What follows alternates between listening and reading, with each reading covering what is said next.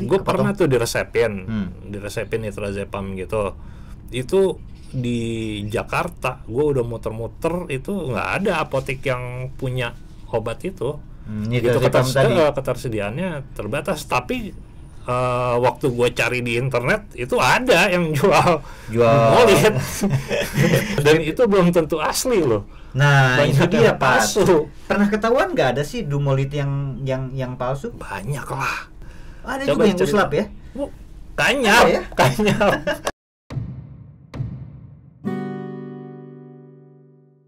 Ya teman-teman, ketemu lagi bersama saya Tri Irwanda dan Patri Handoyo.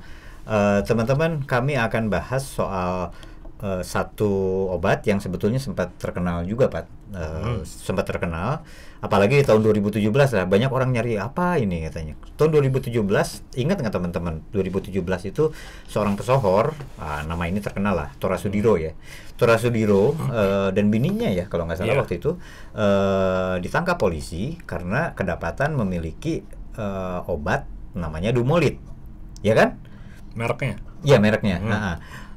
Ya, kita akan bahas tentang Dumolit ini, obat bermerek Dumolit ini, karena bukan apa-apa, di beberapa komentar dalam kanal ini juga ada yang minta dibahas. Bahas dong Dumolit. Bahas dong Dumolit. Mungkin juga ada, setahu saya ada juga yang nanya apa sih manfaatnya dan apa bahayanya kalau dikonsumsi berlebihan misalnya. Nah, di sebelah saya sudah ada produsen Dumolit. Atau pengedar Dumolit gitu ya. Enggak lah. Di sebelah saya ada Patri Handoyo. Patri ini biasa juga ngulik-ngulik soal apa sih obat-obat barang-barang laknat gitu ya.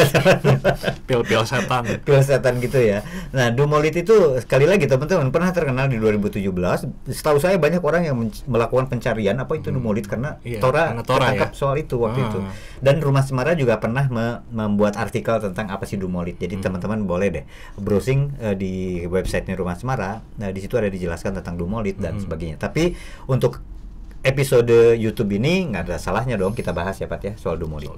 Dumolit itu kan setahu saya itu merek ya Pat ya? Itu merek Dan kategorinya benzo ya? Kategorinya ya? Benzodiazepin. Artinya apa itu kalau udah disebut sebagai benzodiazepin? Nah lu nggak usah terlalu ilmiah, jelaskan aja secara awam dan secara apa ya, secara jernih sehingga mudah dimengerti. Benzodiazepin itu banyak dipakai untuk kecemasan, untuk kecemasan berlebihan, dan juga untuk melenturkan otot-otot gitu. Relaks, bikin rileks ya, muscle relaksan. Makanya melemaskan otot ya.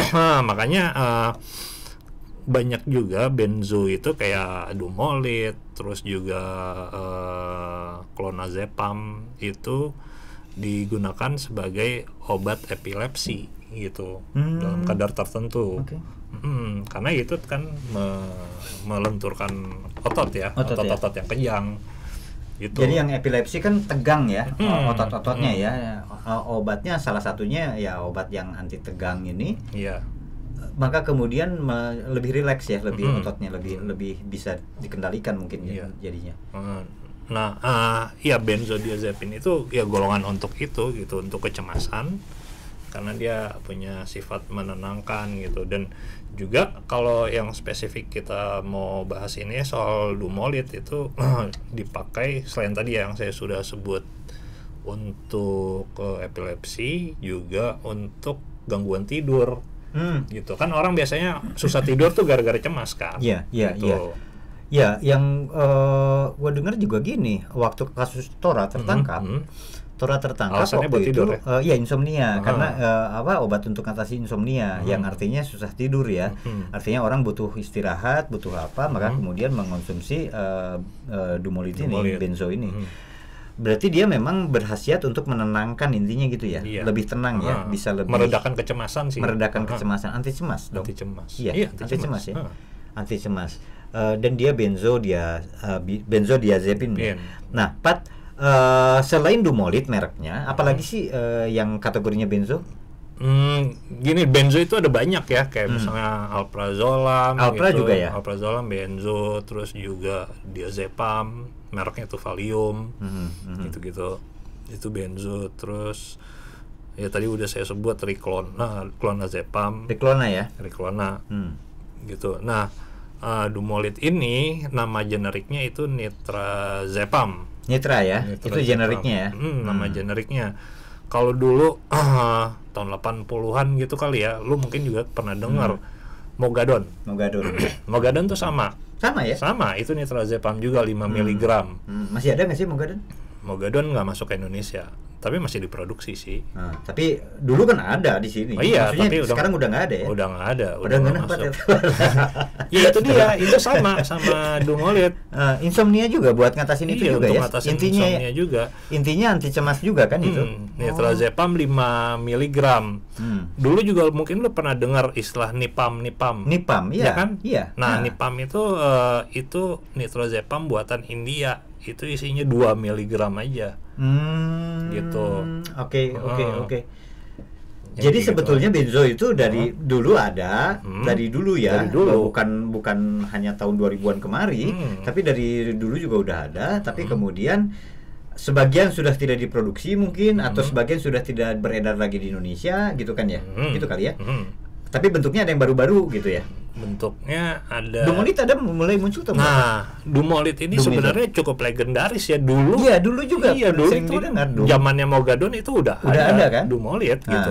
Nah, kenapa mereknya Dumolit? Karena yang memproduksi itu perusahaan farmasi namanya Dumex. Pernah dengar? Dumex. Dia banyak lah di Indonesia tuh ada obat batuk Dumex itu kan obat-obatan lah. Iya, gitu. Dia memproduksi nitrazepamnya dimerekinnya Dumolit. Bahkan lu dulu suka pakai obat ini nih namanya BK. BK itu isinya nitrazepam juga. Oh, isinya nitrazepam juga ya? Oke. Dulu kan lu suka ngejualin tuh. Enak aja lu. Enggak, gue cuma ngejual paling 3 tikpat. Enggak lah. Diplastikin gitu kan, 5 butir diplastikin. Pakai plastik, waduknya konengnya, kuningnya. Gini Pak. Itu nitrazepam kan. Itu nitrazepam juga ya. Nah, lalu apa yang membuat Dumolit ini dari dulu juga udah terdengar gitu. Selain ya ada Nipam, ada MG ya. MG gitunya, Mogadonnya dan sebagainya. Itu tadi si Dum ini udah dari dulu Dumolit ini, makanya lu bilang ini legendaris. Betul, karena dari dulu ada dan hari ini pun sekarang juga masih ada gitu ya. Masih ada. Apa yang membuat dia masih ada, Pak? Kalau yang itu udah nggak ada tadi kata lu. Pertama ya karena izin edar. Izin edarnya. Jadi yang saat ini yang memproduksi itu, ini gue kayak ini nih kayak sales obat. Yang memproduksi nama perusahaannya itu Actavis. Jadi dia bikin obat banyak ya. Salah satunya Dumolit itu. Gitu. Ya kalau dulu kan Dumex gitu. Dan ya merek Dumolit itu dikenal itu obat mahal gitu ketimbang MG. Ya. Dumolit itu obat mahal lah gitu. Pilihan benzonya anak-anak orang menengah lah ya, Dum itu ya. Dum itu. Nah, dan Nuriwah mah palingan BK gitu ya. Iya. MG. Iya, BK MG. Itu. Nipam. Nah, terus MG itu Mogadon itu kan produsennya namanya Roche. Ya kan? Nah, Roche itu di Indonesia masih ada nggak sih? Kayaknya kan udah nggak ada ya. Nggak tahu juga, tapi rasanya masih sering disebut lah. Masih Rose gitu. Tapi kayak dulu yang saya tahu ya, Roche itu banyak loh produksi benzo, misalnya Rohypnol. Ya, Rohypnol tuh Roche. Itu kan terkenal juga dulu ya. Rohypnol Roche. Kemudian 90-an lah itu terkenal. Lexotan Roche juga. Terus juga ini Rivotril itu Roche juga. Clonazepam. Sekarang Riklona namanya. Riklo ya. Riklona. Itu gitu. Sama ya perusahaan itu juga yang Roche itu. Si Roche ini ya oke lah, teman-teman mungkin cari aja deh ya. Karena ini disclaimer kami nggak dibiayai kok oleh mereka untuk mempromosikan itu, enggak. Ini kan kami bahas kenapa? Karena ini seringkali jadi persoalan. Kalau kayak tadi lah kasus Tora Sudiro sering jadi pemberitaan gitu loh. Makanya kami dan ada yang nanya juga. Dan ada yang nanya juga. Jadi mau nggak mau kami harus nyebut gitu loh. Gitu. Oke, Pat, lanjut, Pat. Jadi si Doom ini legendaris, tadi lu bilang legendaris dari dulu juga udah ada, sampai sekarang juga masih ada rupanya. Buktinya tahun 2017 saja Tora Sudiro ketangkapnya, berurusan dengan polisi itu kasus itu. Kasusnya Dia Dumolit. kategorinya berarti bukan narkotika ya? Bukan. Psikotropika. Oke. Psikotropika. Nah, pertanyaan soal misalnya gini ya, bahas dong soal Dumolit, bahas dong soal Lexotan gitu. Nah, itu tuh merek sebenarnya gitu. Merek yang generiknya ya itu kayak Dumolit itu nitrazepam gitu. Lexotan generiknya bromazepam. Tapi semua itu bromazepam, alprazolam itu adalah benzodiazepin gitu. Dan kita beberapa kali ngebahas soal itu, soal benzodiazepin ini. Ada di salah satu episode kami, teman-teman boleh dilihat. 2-3 episode lah kita ngebahas soal itu. Ya, Alpra juga pernah dibahas. Alpra juga. Bukan Trihex masuk nggak? Enggak ya. Oke. Jadi Alpra pernah dibahas juga, dan kemudian benzo ya tadi, soal benzo itu pernah dibahas juga. Jadi semuanya itu jenama. Dan kalau Dumolit itu salah satu dari merek yang muncul aja ya, yang disebut. Kalau dia dari pemberitaan kan seringkali disebut gini, banyak anak SMP atau SMA mulai menggunakan pil koplo, cenahnya gitu kan. Pil koplo sendiri apa? Nah, yang lu amati ya, itu kan istilah-istilah kan. Pil koplo itu sih sebenarnya sebutan untuk pil-pil yang membuat mabuk, gitu. Nggak peduli itu benzodiazepin, itu obat Parkinson, itu apa gitu. Tapi sepanjang dia membuat mabuk, media terutama ya, menyebutnya pil koplo gitu. Kayak misalnya Trihex, terus juga Tramadol, gitu-gitu. Bentuknya pil dan membuat mabuk. Dextro yang sediaan tunggal? Dextro masuk juga kan? Masuknya pil koplo. Nah, Dumolit ini masuk juga pil koplo. Berarti Tora baheula mengkonsumsi pil koplo. Iya. Soalnya gini, ada stereotip kesannya pil koplo tuh aduh asa kumaha ya, asa menengah bawah kan gitu.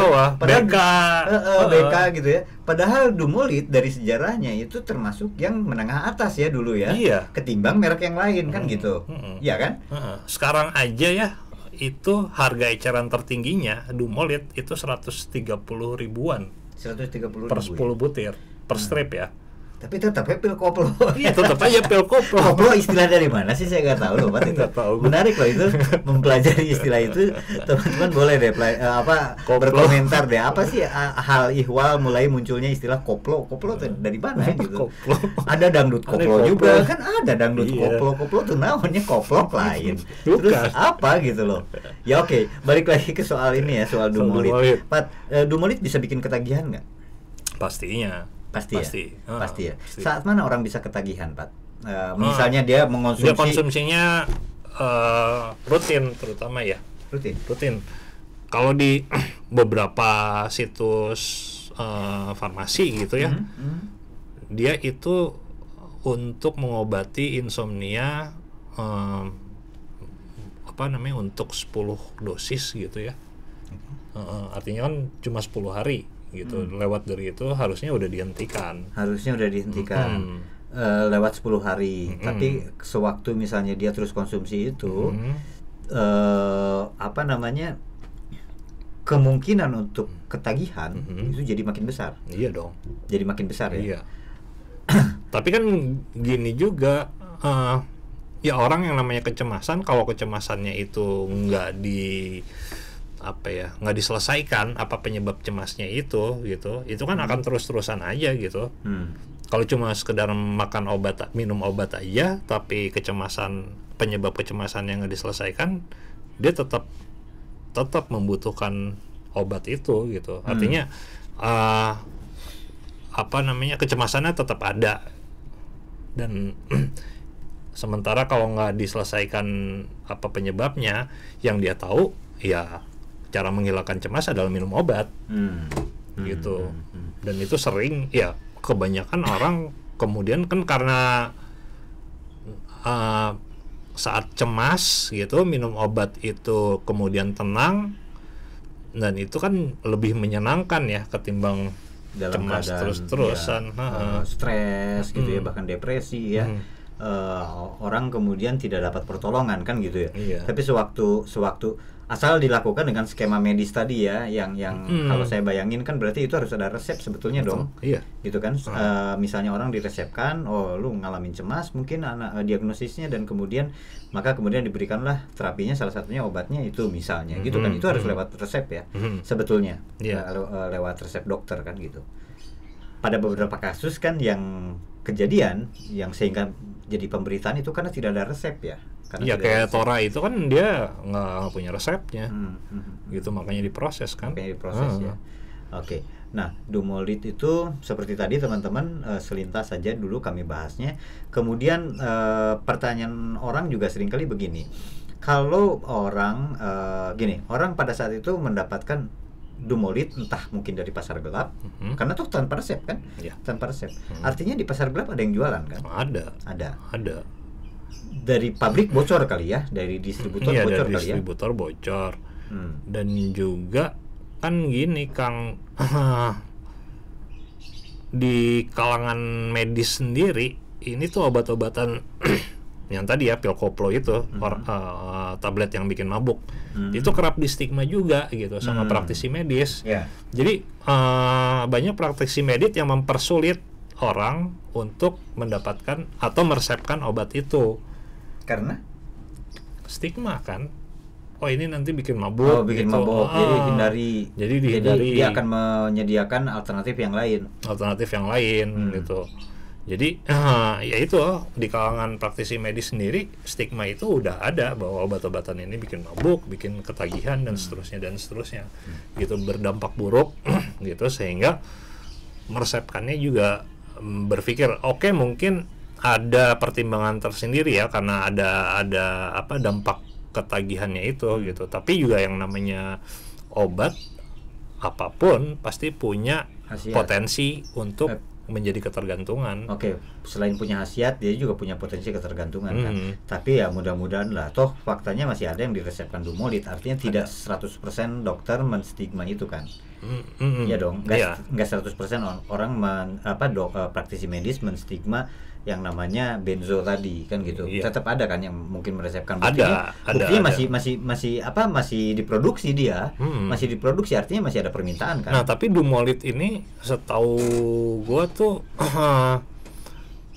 obat yang susah didapat di pasar resmi gitu. Salah satu obat yang paling sulitnya dibandingin misalnya alprazolam ya. Gitu, alprazolam. Di pasar resmi maksud lu kan dari resep dokter ya. Itu susah ya? Itu susah. Gue pernah tuh. Atau mungkin karena dikit kali produksinya? Enggak juga. Terus lu pernah apa tadi? Gue pernah tuh diresepin nitrazepam gitu. Itu di Jakarta, gue udah muter-muter, itu nggak ada apotek yang punya obat itu. Itu ketersediaannya terbatas. Tapi waktu gue cari di internet itu ada yang jual Dumolid di marketplace ya. Iya. Oh, jadi jualannya malah di pasar gelap malah banyak. Dulu belum zaman marketplace, masih zaman Kaskus. Oke. Oh, masih zaman itu ya. Jadi malah di forum-forum seperti itu malah ada ya. Jadi bukan di padahal kita tuh maunya mah main resmi gitu ya. Ternyata susah, malah adanya di sana. kan ngehe gitu. Jadi yang bermain itu ya nggak cuma ya itu, terutama ya distributor obatnya ya. Harganya memang harganya jadi lebih menguntungkan kan buat mereka. Oke deh. Jauh loh Kang itu. Oh, iya? Bisa sebut aja harga eceran tertingginya berapa biasanya? Saat itu ya, lu tahun berapa? Itu tahun berapa? Tahun 2000-an awal ya. Oke, tahun 2000-an awal. Itu harga eceran tertingginya berapa ya? 60.000. Di pasaran bisa sampai pasaran luar ya, di luar pasaran gelap itu bisa sampai 100 lebih ya. Cepet bego gitu deh. 40-50 dapat. Itu satu, dan itu belum tentu satu strip. Dan itu belum tentu asli loh. Nah, banyak itu dia palsu. Pernah ketahuan nggak ada sih Dumolid yang palsu? Banyak lah. Oh ya, banyak lah. Coba deh teman-teman kalau punya pengalaman gitu dapetin Dumolid di pasar gelap tapi palsu gitu. Ada coba juga yang uslap ya? Kanyap. Kok bisa ya? Tapi iyalah. Oke. Ya. namanya juga pasar gelap ya. Nggak ada yang ngawasin, Pasar gelap ya, gitu nggak kan. ada yang ngawasin, nggak ada apa namanya, nggak ada SNI-nya ya, nggak ada standar nasional. Bisa nggak? Sorry. Dan kan bikin obat palsu jauh lebih menguntungkan dong. Oke. Bisa nggak disimpulkan gini, Pat? Betapa rawannya gitu ya. Betapa rawannya saat obat palsu dikonsumsi oleh orang. Kenapa? Karena tidak ada kita nggak pernah tahu kualitasnya kan? Iya. Ya nggak sih? Iya. Itu bisa disimpulkan begitu dong. Jadi selama ini, tapi serba salah juga ya. Mau dapat yang resmi hese-nya. Terus jadi lebih baik jangan cemas satu. Iya nggak sih? Iya. Lebih baik jangan cemas. Tapi ya gimana kalau orang cemas kan nggak bisa siapa sih mau cemas? Atau insomnia gitu kan? Insomnia misalnya. Ya namanya juga penyakit, Pat. Nggak Iya, ada yang makanya. mau didatengin Nggak ada. penyakit gitu Nggak ada loh. yang mau. Tapi pada saat datang ya mau nggak mau dia berobat, kok dia nggak dapat obatnya, malah adanya di pasar gelap. Jadi serba salah ya. Dan pasar gelap udah gitu palsu. Ya kita nggak tahu juga ini asli atau enggak kan gitu. Kan Nggak berefek apa-apa. dan pembuat barang palsu itu kan Pat jagoan Pat biasanya. Dari mulai sablonnya Iya, mirip, mirip. mungkin bentuknya juga dibikin mirip gitu kan. Jadi selintas mah ya susah membedakannya kan gitu. Ya kebayang lah teman-teman kalau apalagi ini mending lah kalau baju mah tidak akan ada efek ke tubuh kan, benar nggak? Iya. Ini kalau dikonsumsi barangnya masuk ke dalam Badan. tubuh kita, kebayang kan gitu. Barang palsu yang kita nggak tahu kualitasnya kayak apa, buat yang kandungannya kayak apa ya. Oke Pat, Nggak apa ada lagi? efeknya sama sekali. Apa Pat dari Dumolit lagi yang penting diketahui orang? Soal apa ya? Dia berarti sejauh ini kan dia legendaris dari dulu ada. Dia bisa menghilangkan kecemasan dan bisa untuk obat tidur. Dan tadi lu juga ini ya melemaskan otot ya. Iya, buat epilepsi. Buat yang epilepsi gitu kan. Nah, itu biasanya bisa diperoleh sejauh dengan resep dokter. Persoalannya tadi udah disampaikan oleh Patri. Dia punya pengalaman tahun 2000-an awal nyarinya setengah mati gitu ya. Iya. Nggak ada, malah yang ada di pasar gelap gitu kan. Iya. Gua nggak perlu deh nanya ke lu apakah akhirnya beli atau enggak. Mana yang mau beli sih kan ada. Oke Pak, Dumolit ini teman-teman jadi salah satu pertanyaan di antara teman-teman Dumolit. Nah saya nggak tahu apakah ini indikasi bahwa Dumolit itu masih beredar sampai sekarang. Kalau 2017 kan Masih. kasus Sekarang Tora masih Sudiro itu beredar. menunjukkan masih ada. Sekarang 5 tahun berikutnya dong sekarang masih ada juga ya. Masih ada. Karena kalau beberapa nama legendaris yang lain kan udah hampir nggak ada kali Pat. Apa Kayak yang tadi misalnya? lu sebut Nipam masih ada gitu. Nepam nggak ada. Udah nggak ada. Nggak ada. Terus BK masih denger gitu. Udah nggak ada kan. Nggak ada. Terus Rohypnol. Rohib Nggak ada. Rohib udah nggak ada juga kan. Ada. Tapi di beberapa negara kayak negara-negara Eropa itu ada Rohypnol. Rohibnol masih ada ya. Produk. Terus juga Rivotril kayaknya masih ada. Masih ada. Mogadon aja masih ada kok. di Indonesia? Enggak. Udah enggak kan? Di Indonesia enggak. Udah enggak ya. Heeh. Jadi itu produsen satu-satunya itu namanya perusahaan obatnya Actavis itu. Dumolit ya. Dumolit ya. Heeh. Jadi dia masih ada ya kalau Dumolit makan. Dumolit masih ada, kemudian Clonazepam yang dulunya Rivotril di Indonesia sekarang namanya Riklona. Produsennya namanya apa ya? Obat perusahaannya Mercy gitu deh kalau nggak salah. Masih ada ya berarti. Masih ada. Masih ada ya. Masih ada. Namanya jadi Riklona. Riklona mereknya.